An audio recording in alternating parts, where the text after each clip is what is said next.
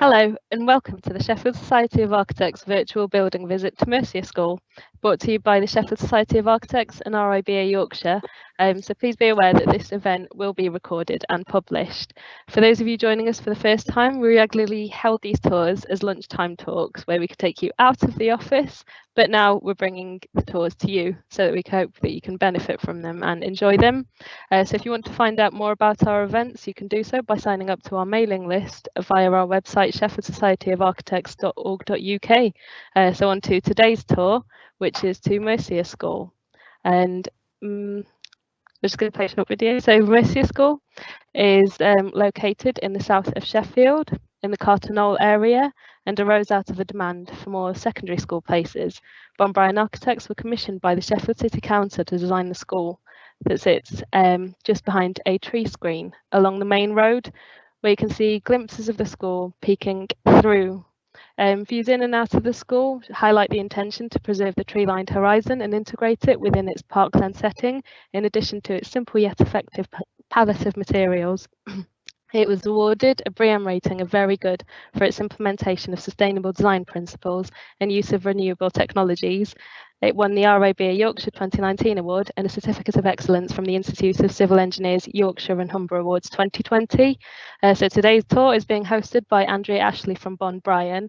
There will be time for Q&A at the end, so please use your Q&A button to send in your questions, comments, queries, anything you want to, and you can send them in during the presentation. So I'll hand over now to Andrea. Hi there, everyone. I was really pleased when I was asked to present this because it was one of those buildings that I really enjoyed working on. I was lucky enough to be working on it right from the beginning, from the concept through to finishing on site, and dealt with the occupiers to post-occupancy. So it was a good project to be working on. So today, as I present this, I'll go through briefly the brief, the team that were involved, the site context, which was very important in this situation, our solution to the site and the building. There'll be a model fly through, and then we'll go back and talk about the environmental elements, and also talk about some of the issues and challenges that we faced, although they were all manageable. And then Marion has produced a virtual tour where she walked around the building, so we'll be able to see the actual building finished. Right, so the brief. So it was a sixth FE secondary school for 1,200 students, which included a 300 sixth form.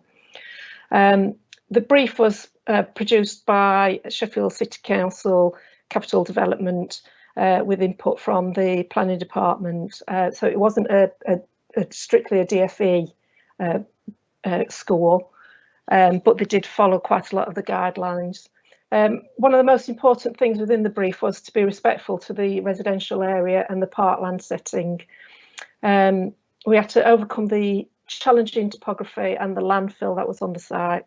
The budget was roughly about 23 million, but it did sort of develop, not necessarily in the wrong direction, but it did develop as we were working on it. The GIFA resulted in about 9,725 square metres, and again that sort of changed slightly from the DFE guidelines because we had to look at expansion, future expansion. Again, as I said before, it's the DFE guidelines that Sheffield City Council has sort of taken on board, but we were given the task of developing the Sheffield School standards, so we were able to sort of develop those slightly towards more specific requirements. Also important was the community integration because of it being on a sensitive site. The site layout was provided as a control option of the preferred sort of site, but we were allowed to explore different options. It was a single stage tender at RIBA stage 3, and again that developed during our work in the early stages as to what would be the best route to procure the building. The team, we had quite a consistent team throughout the project. It wasn't a competition. So we were on board and working with Sheffield City Council from very early on.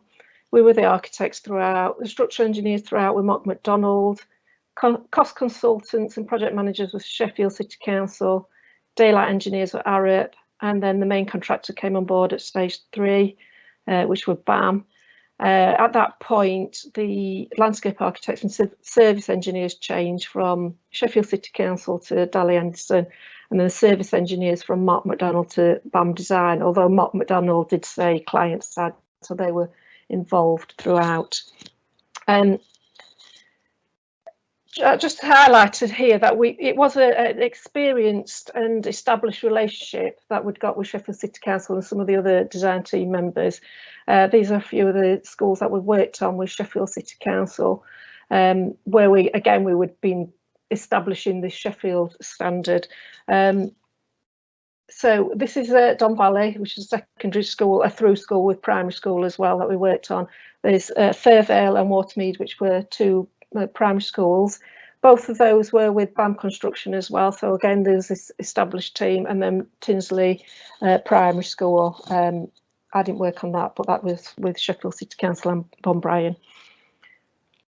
Right, so the site context, the site was a former school site, so it's a really big site with adequate playing fields, etc. The existing school building had been demolished and sold off for residential to meet the needs in that area for residential properties. So the new building would have to be elsewhere on the site. The site had quite a few terraces stepping down from where you can see the football pitches right down to the right hand side. So there's quite a lot of different terraces, and with lots of views across Sheffield, and as a result views of it from other sides of the valley towards it. So there's established community pitches that were used locally, established landscaping. So to the south of the site, that is actually ancient woodland, which needed to be preserved and treated sensitively. To the left-hand side, you can see that there was quite a big area of landfill. It used to be a stream running through there, and in the past it had been filled with waste, and there was a culvert running through there as a result. So there was a 3-metre easement for that culvert, as well as the preferred location being for the building on top of the landfill. And then the residential area, where you can see the building to the south, we had to maintain the access road to that residential area. So it's quite a beautiful site, as you can see, all the existing landscape, the access road. You can sort of pick up the terracing, but it's not particularly clear on those photos. But as you can see, it was a really lovely site, which the community had claimed as a parkland in that area unofficially, and you can understand why. There's lots of dog walking on there, etc., and there's a sledging hill, so it was a very sensitive site to develop. This shows the brief that was provided to us, where there was what they originally wanted, the Sheffield City Council, was sort of these buildings in the park that were sort of disparate on the park, stretched across the access road. There was an existing car park where it says middle ground, and the rest was just soft landscaping. The brief mainly looked at how sensitively the buildings could be put on the site so that the community were on board with it, but it didn't really meet the needs of the school for safeguarding and security, because it was across this access road, and all the facilities would be disparate, and you end up duplicating a lot of the facilities. So we needed to really look at that and see how we could provide a safe and secure building.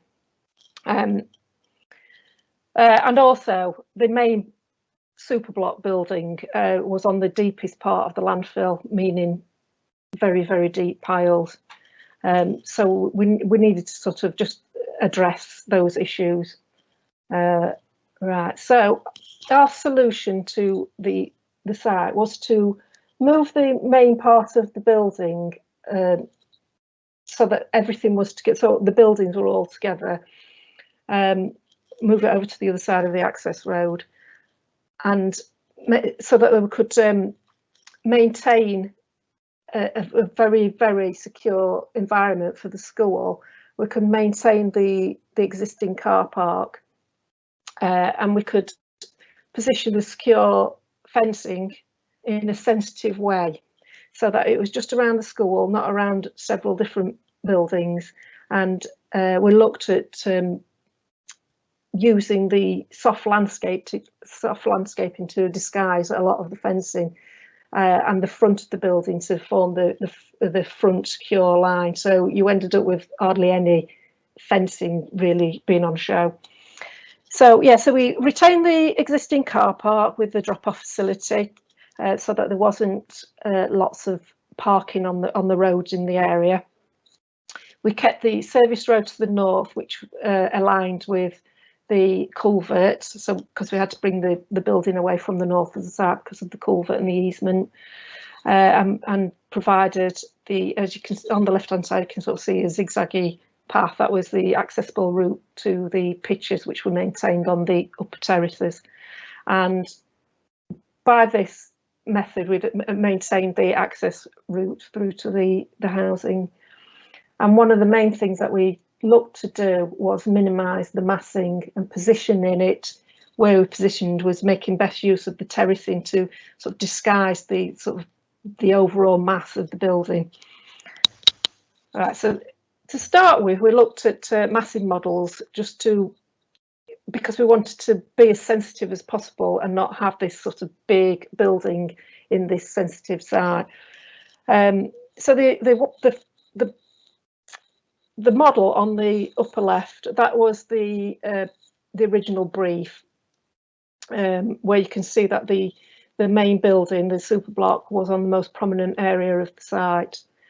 So we looked at moving it over the road and trying to sort of sneak it into where we've got the first terrace and the landscaping. So a lot of the building is sort of hidden behind that landscaping area, the trees, the existing trees, etc. So there's quite a few different models that we produced to get to that point, and then we did a physical model, so we could sort of show that to Sheffield City Council, and also to show that to the community, so they could really understand how we'd tried to make this building not as prominent and to make it sensitive to the actual site. The bottom right hand one just shows the computer model developed slightly with the residential area, so you can sort of see it in relation to that. This is the final building work, so you can sort of pick up how we'd sort of tried to tuck the building into the landscaping and the different levels, and opened it up so that this views out. Again, just showing the sections here, so you can see how the site steps. On the upper one to the left hand side, that was the sports hall, which we raised up to the first floor, so that was near to the pitches, but also made use of this sloping site. The bottom one is from Cartonall Road, so you could see how, even though it's right towards Cartonall Road, nearer than the original existing school building, it is hidden quite a lot of the time, obviously not so much in winter, but quite a lot of the time, by the existing tree-lined road there. Right, so that was sort of addressing the site. I am skipping through this quite a bit. I apologise for that. We've got quite a bit to get through. So then we looked at the actual building and how we could make that work as a building form, and also how that could be organised. So this is the model that we did on the computer, so we could produce the fly through, and you can see how we've got we come up with we decided that the finger box, people who've worked on schools will know that there's a baseline design that the DFE use, are the super block and the finger block, and there's sort of numerous sort of iterations of these standard school forms, which are supposed to be as efficient as possible to produce the spaces that are required for a school. So we looked at the finger block as being a way of sitting within the landscape and allowing the landscape to sort of mould around it, and also just changed it slightly so it addressed we put a kink in one of the fingers, so it addressed the access road, and you can see how that's how the mugger is sort of stepped up onto the upper terrace there as well. I'll just move on to the next one. So within the finger block design, we wanted to use the fingers to be the help organise how the school will be used. So the fingers are the teaching wings, and we maintain this throughout, from this original sort of concept through to the end, where we've got the main teaching areas on those fingers there. Then with the larger spaces in the central area, where we could provide a communal area that could be accessed by the community, which linked to the sports area, again, which could be separated off and used by the community. And we've got these two zones where we've got the sports zone and the what I've called here large space, but it like a performing arts zone, which again could be separated off and used by the community. And within that, we've got an atrium and main hall and activity studio and drama studio and a big sort of dining area, which links to the courtyard. Rather than showing you the actual plans, I've just shown these zoning plans, just so you've got a general gist of how it was organised. So we've got the different curriculum areas in the wings, and then the halls and dining in the central area. One of the things that did change through the design process, on the second floor upper area where you can see the staff area, that changed to a sixth form area, and we developed part of the sort of roof there to be a roof terrace. I'll go on to that later, but it was seen as a more sellable sixth form facility if you've got the LRC and the sixth form with a roof terrace there. This shows the sort of entrance to the site. So this is what you see as you come to the site. So you've got access to that front building. There's no big fence in front of it. You can see as you go through the access road, you can see beyond to the parkland setting. So the community felt like they still had access. This school wasn't preventing them from having access to this facility that have been at the heart of their community. So these are just a few photos of the finished school. In the courtyard area, you can see that you've got the two wings. We had this sort of architectural language of being more uniform. So we've got the brickwork and these uniform windows, and then within the central area with the larger space, we've gone for more playful windows, and we've got the timber with the timber fins, just so it reflects what's going on inside. And you can also see the long strip windows, which are where the stairs are. So from the outside, you can sort of pick up what's going on inside as well. We try to follow that the timber strip from the zone before. Let me just go back. This one, where you can see the arrows going through with the zone.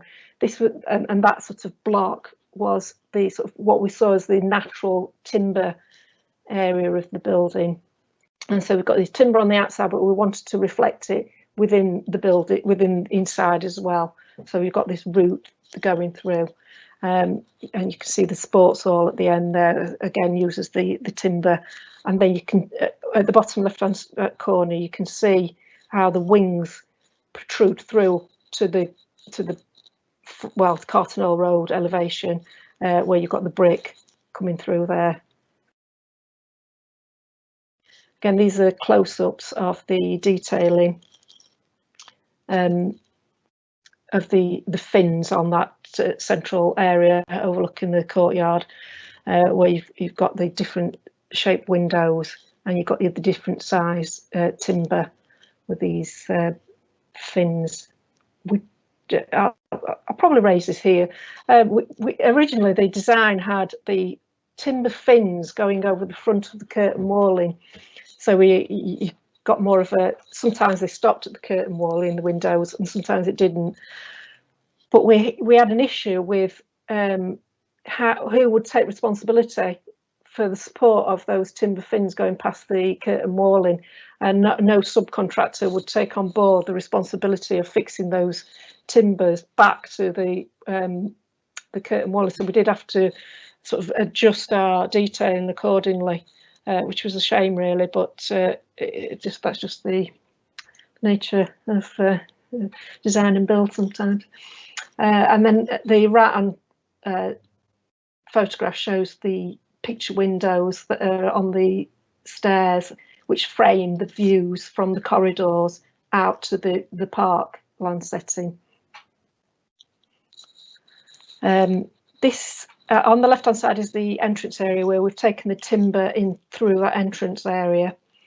You will notice as we go through the various views that the rest of the timber got VE'd out, so that is the end of the additional timber internally that we used to reflect what was going on with that central block area. The right hand one is the activity studio. I'll just throw that in because you can see out into that natural setting. So even though it was important for the community to still maintain that natural, views of that natural setting, it is advantageous to the school because the finger block allows us to have lots and lots of views of out into the parkland. And again, this is the dining area and we've got the atrium. Again, it's with really good views out to the park area. The left-hand one is the atrium in the centre of the building. There are some bits of timber, some little bits of timber there. That originally was completely open, so that there was the atrium formed a very strong link with all the different floors. So you've got this central communal area that gave you a focus of where you were in the building. But the school, the Mercia Academy, wanted screens putting up instead of balustrading there. The photograph here, within the building we had natural ventilation. I'll go on to that later, but we had natural ventilation with these voids in the corridors up to roof lights, which meant that the corridors are light all the time. It does give a very nice feel to the corridors, and we were fortunate to be able to keep those features. I know with a lot of schools it's not always possible to do that. The school wanted the internal finishes to be very clean and crisp, so that's why we've got a lot of the white, and the red reflects the school colours. And the bottom right hand corner photo, you can see how the school organised the corridors. The red strip in the middle, the carpet in the middle, was to define different sides, so you always have to walk on the left of the red line. The dark grey carpet is walking area, and the pale grey carpet that's where you stand to queue up to get into your classroom. So the organisation of the school sort of reflected in the finishes as well. Right, the fly through. So this is going to be, I'm not in control of the fly through, so that will be shown now. So this is the flash through that we produced at Bond Bryan early on with the model, and you'll be able to see when you see the final building, you'll be able to see that it is fairly similar. You can see at the back the plant deck area that's on the second floor level there. There's sports hall on the left there, and then the wings. And then we've got the soft landscaping going into the courtyard. And then on the front elevation, we raised the brickwork, so it's a lot more open, and it says entrance. And it provides this sort of like, we are an open school to the community. We are part of the community. We're not trying to be separate, but we are still safe and secure.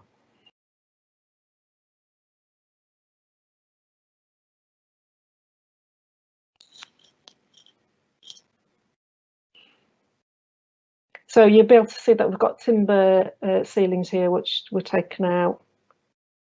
And this is the dining area,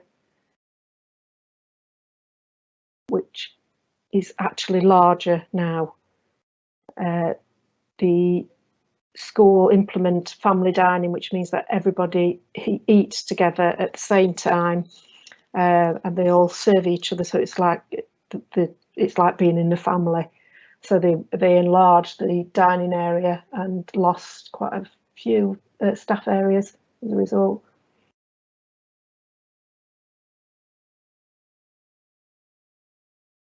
So that's looking towards linking down to the entrance area again.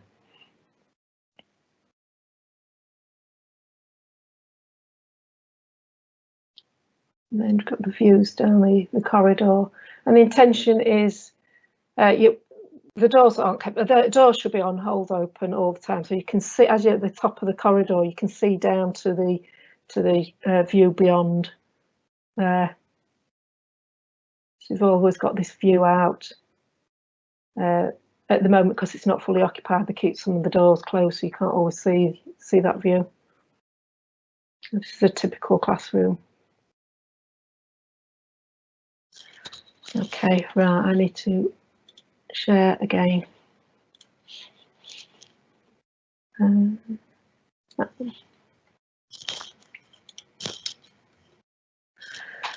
Right, so briefly, just going over the environmental approach.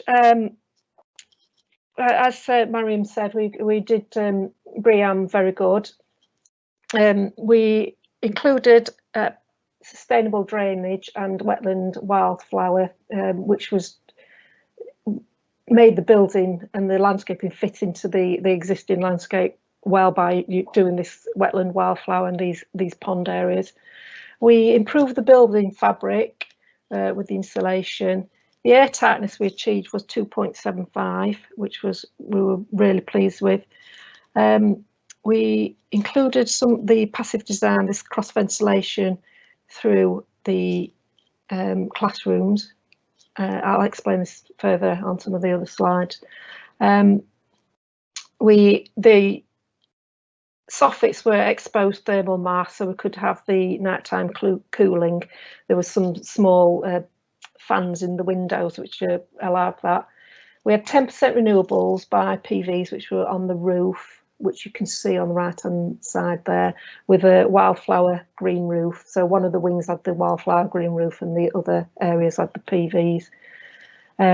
We had natural daylighting strategies. Arabs did the daylighting modelling, so we could make sure that all the spaces met the criteria to have good natural light and even natural light.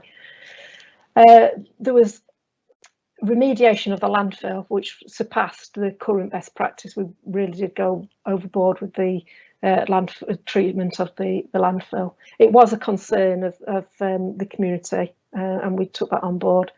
BREEAM very good, and we had high efficiency boilers and charging points for electric vehicles. So this sort of describes the passive ventilation. So the windows were openable by staff members or even students if they're allowed. The roof lights would open automatically, and then there'd be a cross ventilation by these attenuated vents at ceiling level that went directly to the roof, for the void in the roof light. And the exposed thermal mass, as you can see, and night cooling. There's no one. The right hand side, you can photograph. You can see the vents in the voids where you can see where the ventilation came out from the classrooms. The windows, we thought hard about the windows. So it's naturally ventilated. What we wanted to do is make sure that the blinds didn't affect the natural ventilation. So we had a fixed central pane. The main pane was a fixed window, which the blinds came in front of, and the side lights were openable.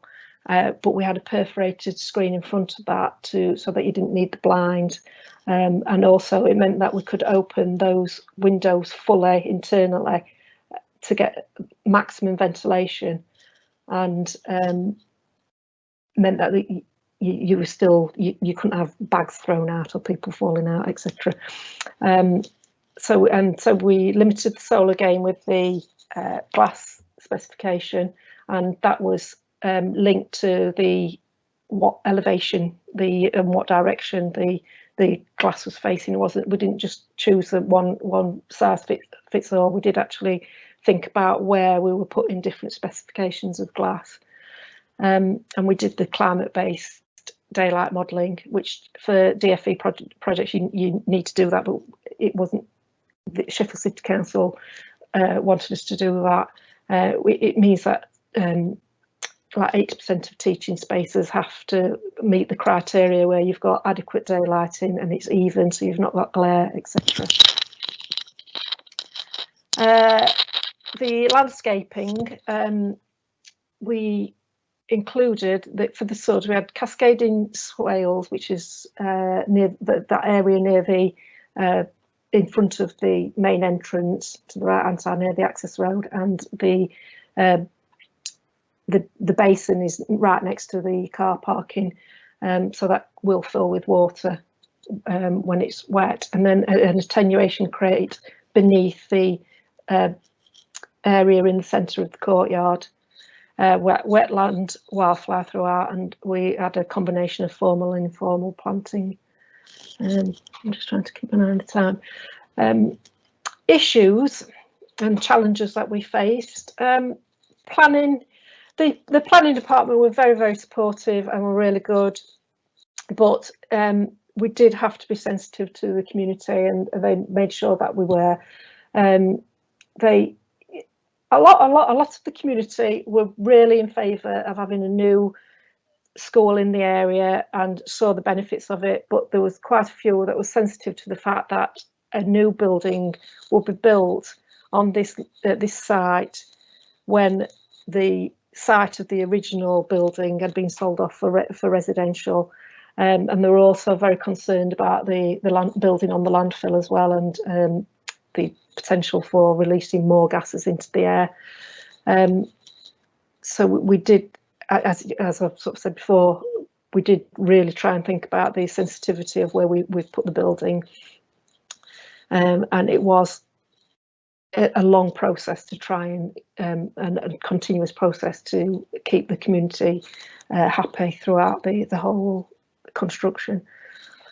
Landfill. We did gas monitoring throughout, so we could work out what category the gases were, and then we went beyond that by introducing an active system where there's like a layer underneath the building, with small fans that are positioned fairly near to the cycle sheds that you can see there, which makes sure that there's always movement of that air beneath the building, so there's never any concentration of the gases, and then they're released via these posts, so to higher level. So that went beyond what was really needed for what the monitoring of the gas showed us.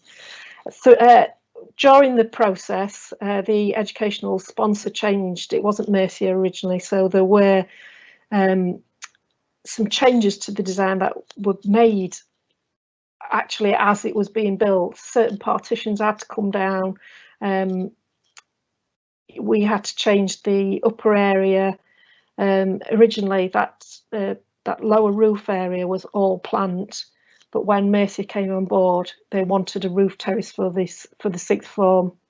It was part of their negotiations with Sheffield City Council, so we had to create another area, sort of mezzanine area within the building to house the plant, so we could free up some area for this roof terrace, which worked well in the end, although it's not really used for that, but we did that. And the family, as I said, the family dining area, they wanted this larger dining area. They stripped out sort of all the different finishes within that space, where we'd got different types of different feelings of areas within that space, and they wanted just one larger, more canteen looking area, so partitions had to come down to accommodate that. But the school are happy with how that works, so that's good. Also, the access into the building for the students was more, with the original sponsor, was more disparate, so you've got like students coming in from different places, where they wanted it to be more central, so they introduced a excuse me, a canopy in the central courtyard, which you will see when we start to do the virtual tour. I think that's about right, so we can show the actual tour around that Mariam did the other week now.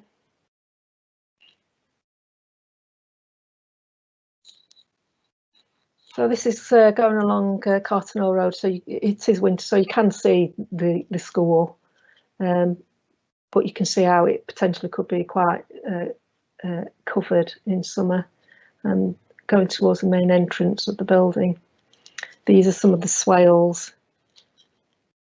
near the car park and to the front of the building, and just this showing that you got the views out into the park. Again, this is the basin area, looking from the car park.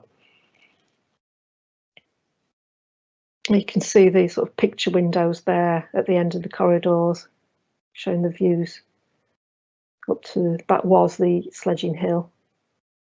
I don't know whether it's still used. And this is from the car park, the route up to the entrance.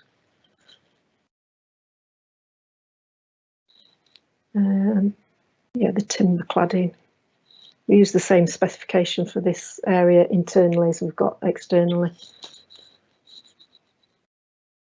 Projecting headers with the brickwork.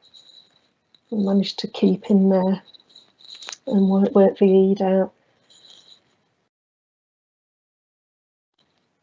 And the gabions to working with the terraces.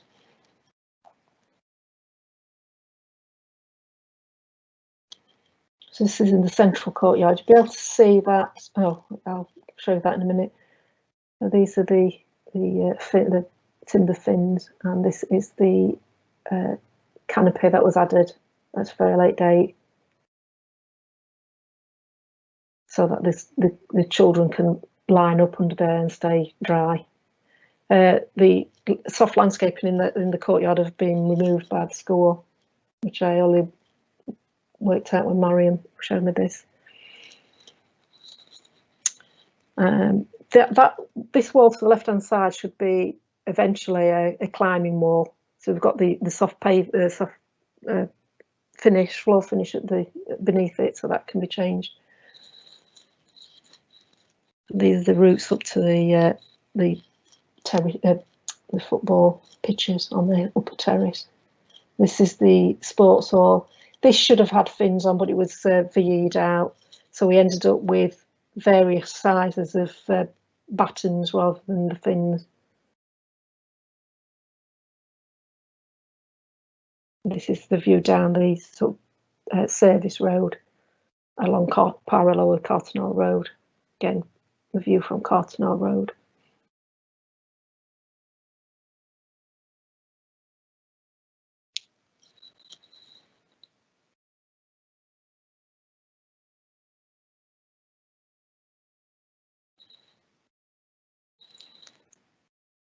So this is the main entrance, which the students don't actually use. This is for visitors and the staff.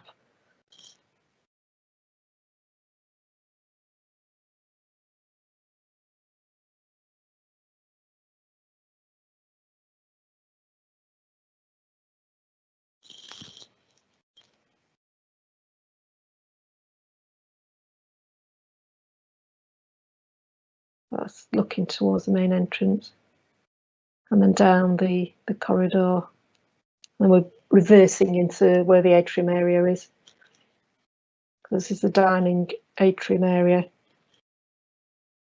which does give a good heart to the building, and it is well used for for extended hours. This is the main hall that's off the atrium dining area with the bleached seating. It looks like it's set up for exams, and there's a movable wall linking through to the drama studio adjacent.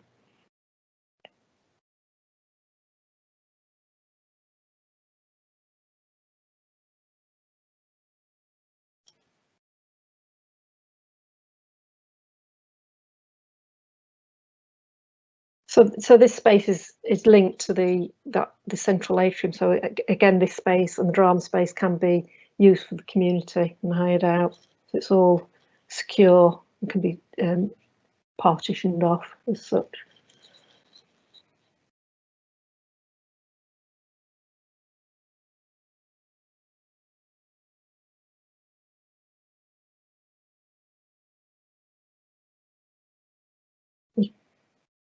This is the other community entrance to the sports area for where the changing facilities are, which is on the ground floor, whereas the actual sports hall and activity studio are on the floor above.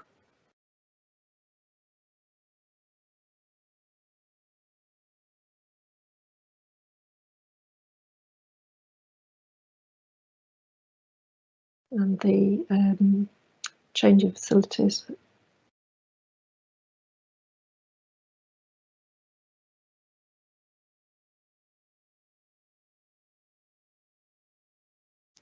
So the DT areas are are at ground floor off the area next to the mugger with full art glazing and doors into every space, so it's for ease of delivery of equipment.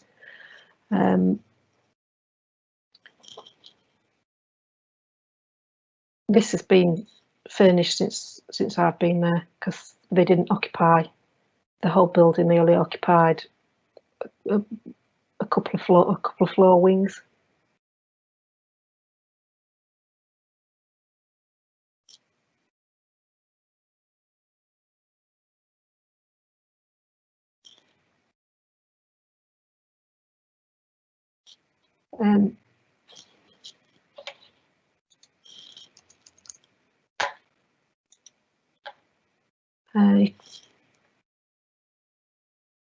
You could see that we've got the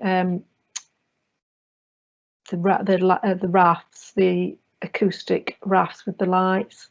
In the DT spaces, they have actually got heating in as well, so we can expose the soffit.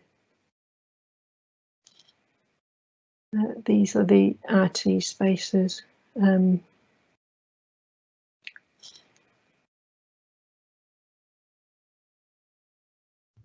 Okay. Hiya. So we've got some questions that have come in, so I'll start to pass them on to you. So okay, one said, Has solar again been considered in the design of the windows? It has, yes. So the daylight modelling looked at the solar gain, and we looked at the different G values and the light transmission. And so we looked at making sure that it could be overcome as much as possible. Obviously, we didn't have the sort of finances to be able to have external brise or anything, but yes, it was considered as part of this daylight modelling. Thank you. And in terms of maintenance, do you consider timber a suitable material? The timber that we specified has been impregnated, so it doesn't need treating. Apparently, we'll see whether it's true. They claim that it doesn't lose its colour for at least 10 years, and it's impregnated rather than sort of a external sort of coating, and it doesn't need maintaining for a couple of decades. That sounds quite interesting. Yeah, it would be good to see. Yeah, we've used it on the Tinsley Primary School originally, and it seems to be that finished before this, so it seems to be weathering okay. Yeah, I've seen it. It looks okay. Yeah, it still looks quite new. I've got another question that says, do you consider the carpets the most suitable material for the classrooms? I understand what you say, but it is the carpets we tend to choose the carpet. The school like to have carpets because it helps with the acoustics. So that's why we tend to have a very robust carpet, carpet tile, so that can be replaced easily.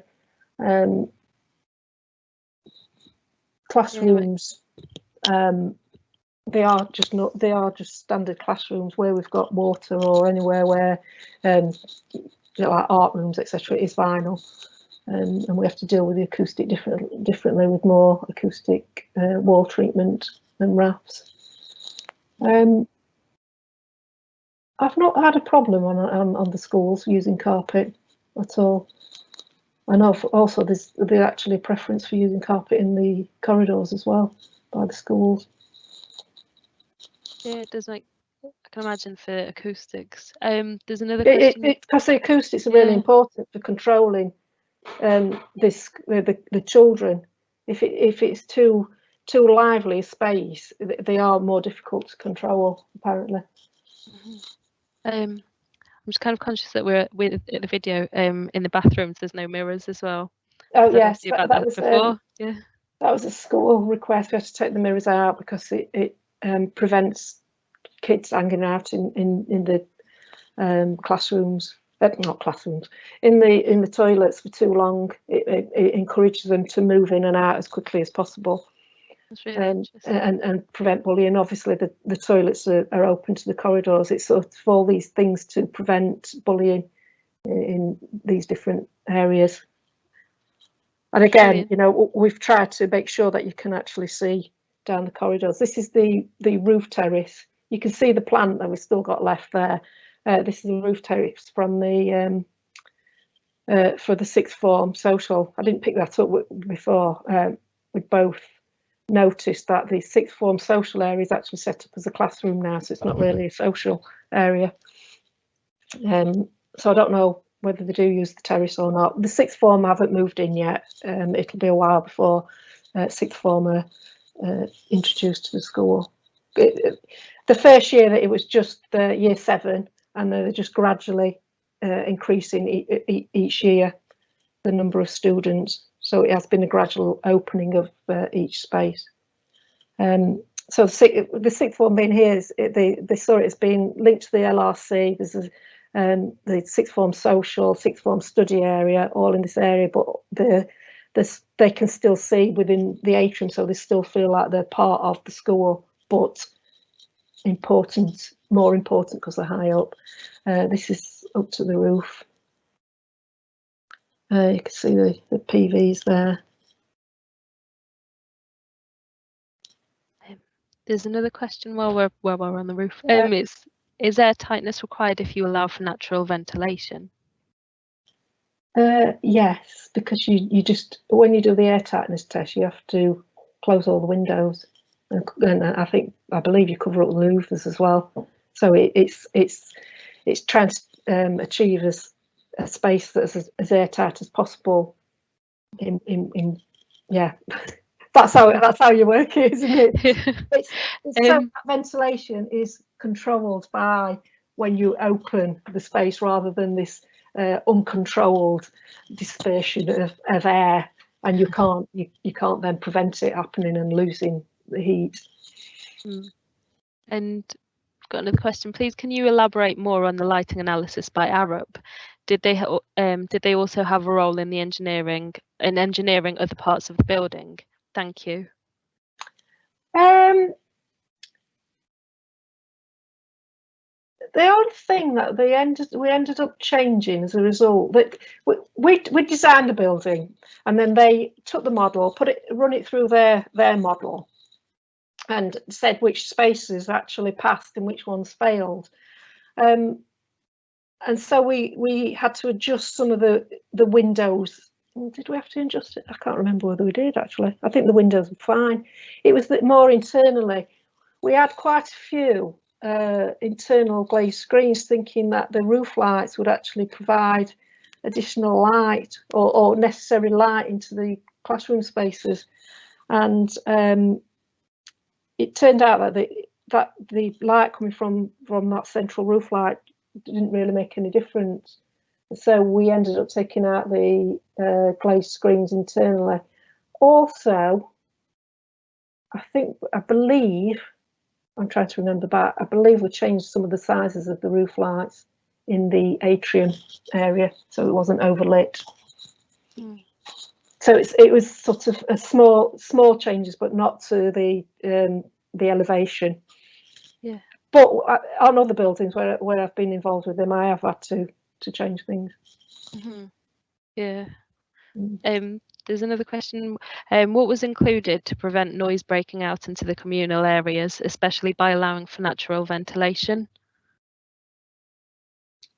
So possibly in the terrace area, to prevent noise breaking out onto the residential area. Oh, onto the residential area. Possibly. Well, it says breaking out into the communal areas. We had an acoustician on board. I didn't put them in the team, actually. I should have done. We did have an acoustician on board who looked at all the different scenarios, what the levels of noise was in the area, and what breakout would be as a result of opening windows. You have a different allowance if it's natural ventilation. For the residential area, the background, the noise from the school, the predicted noise from the school was less than what was already happening in the area anyway, because of cars, etc. And for the plant area, again, we had to sort of the actual plant that was specified had to be up to a maximum dB level, but also as you can see, the timber screen, which has got holes in, but at low level, up to a certain height, that had to be solid to make sure that there wasn't breakout of sound for the residential areas. Breakout into the communal areas, the acoustician just told us what level of what dB value everything needed to be, so we just followed that. The natural ventilation. Oh, the natural ventilation, maybe from the vents into the voids. They were attenuated. Those vents are attenuated so that they actually they're quite long, and they lose the sound as it passes through that long sort of hole. It's quite magic how it works. Truth, because it is just a hole, but it's long, so it vibrates inside and you lose the sound.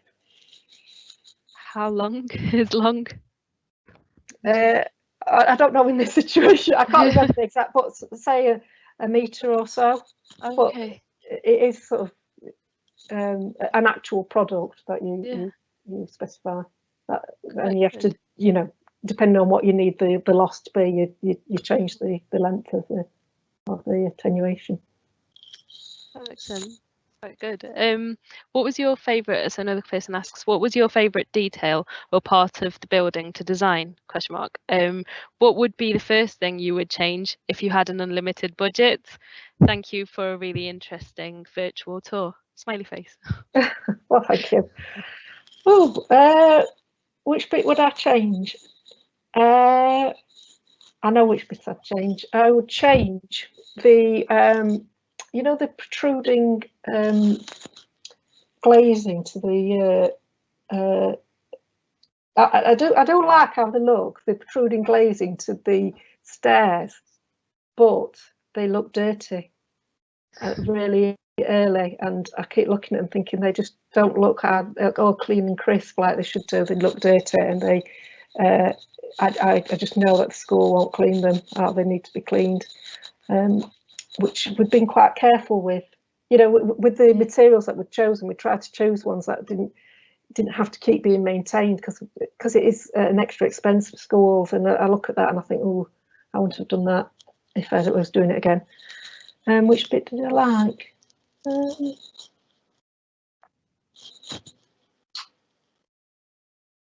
I did like doing the timber fins, that central area, and those windows, and how that sort of quite playful element of it.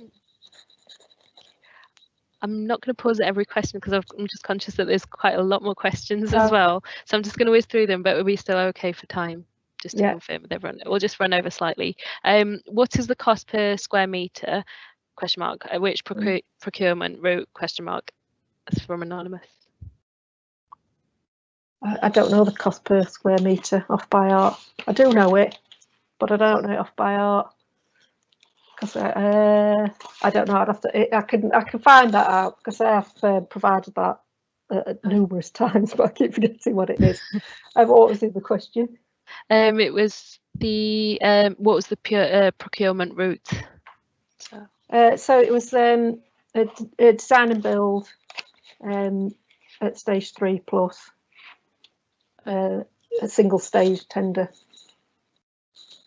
And another question. And we were novated. Oh, so, sorry. You know, oh yeah. Yeah. Okay. Another question asks, it seems that the client watered down some of the key design features of this project. What advice would you give to us about how to persuade a client that some of these aesthetic design decisions are worth it?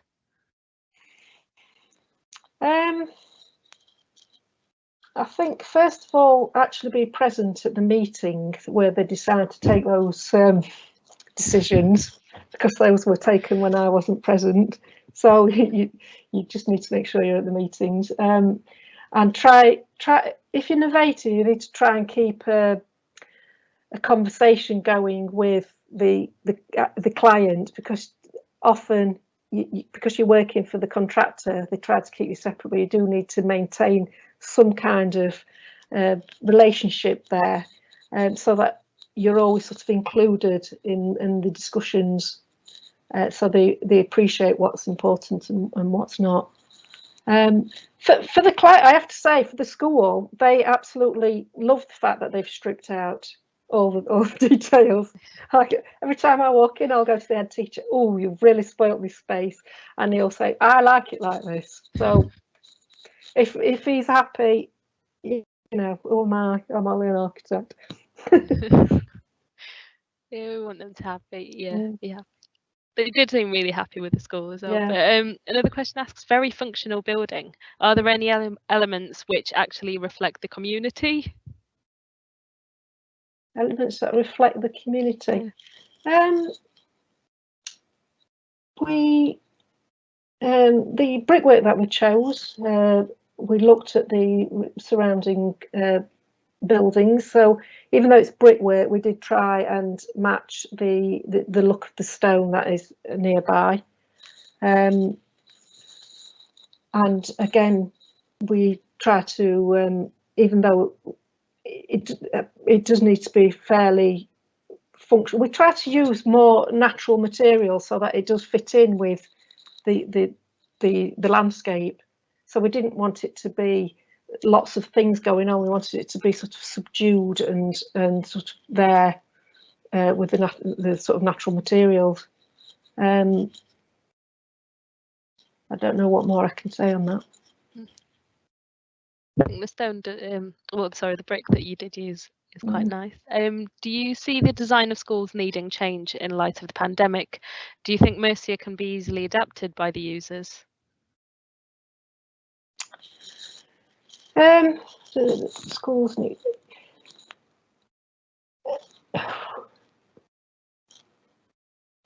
In light of the pandemic, I'm thinking when it is. There is an ability within this school to be able to zone off certain areas. So in light of the pandemic, as in doing bubbles, it is possible to create different bubbles within there and different separate areas to keep students separate. But going forward, it depends how teaching is going to progress, whether it is still going to be in a school or whether they will introduce more remote learning. I don't know. Adaptation. Well, the uniform nature of the windows mean that you can move the partitions as you need to. There are spaces within the building that could be changed sizes and broke down into different size spaces or linked together. So you could potentially, if there's going to be more learning at home, you could, when you come into the building, have more collaborative type spaces, and you could have maybe larger spaces so that face-to-face teaching is in large groups. It's difficult to know without knowing how teaching is going to change, really, how it could be adapted. Yeah, that's true. Because you'd have to consider what sinks in every single classroom as well, and cooking facilities, I guess, because they're not going to be in dining rooms. But that's a whole debate. So, another question asks, which sustainable materials did you use in the building, i.e. which can be easily recycled?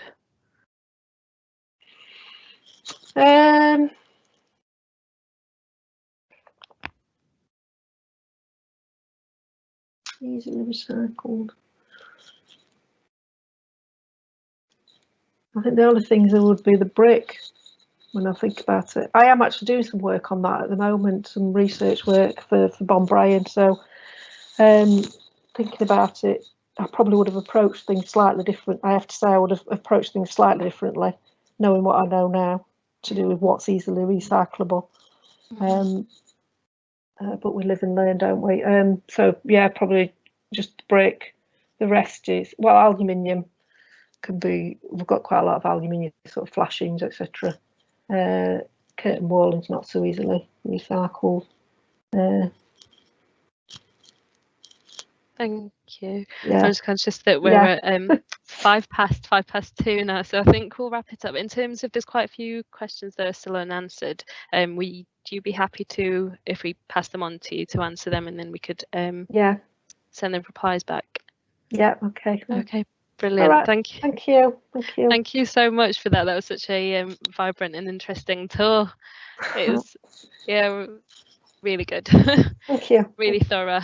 And congratulations on the school. And from what I've heard, the students are proud as well. I don't know, I'm not a student there, obviously, but yeah, congratulations on it. And so just to wrap up, we have 2 events. So at the minute we've got a lockdown drawing challenge, a family drawing challenge. So it's free, open to all. Submit a drawing of your favourite building, space or place with a short description, your name, age, to Sheffield Society of Architects at gmail.com. And also, if you're on Instagram, look up hashtag picture of Sheffield and share your picture of Sheffield, and you could be chosen to be put in the newsletter. Other than that, then I hope you enjoyed it, and we'll see you at another SSA event. Thank you. Thank you. Thank you. Thanks. And thank you so much to Faye and Bethan from the RIBA. So Faye was the superstar who made it faux. Thank you. And yeah, thank you, Andrea, Thank Bethan you. and Faye.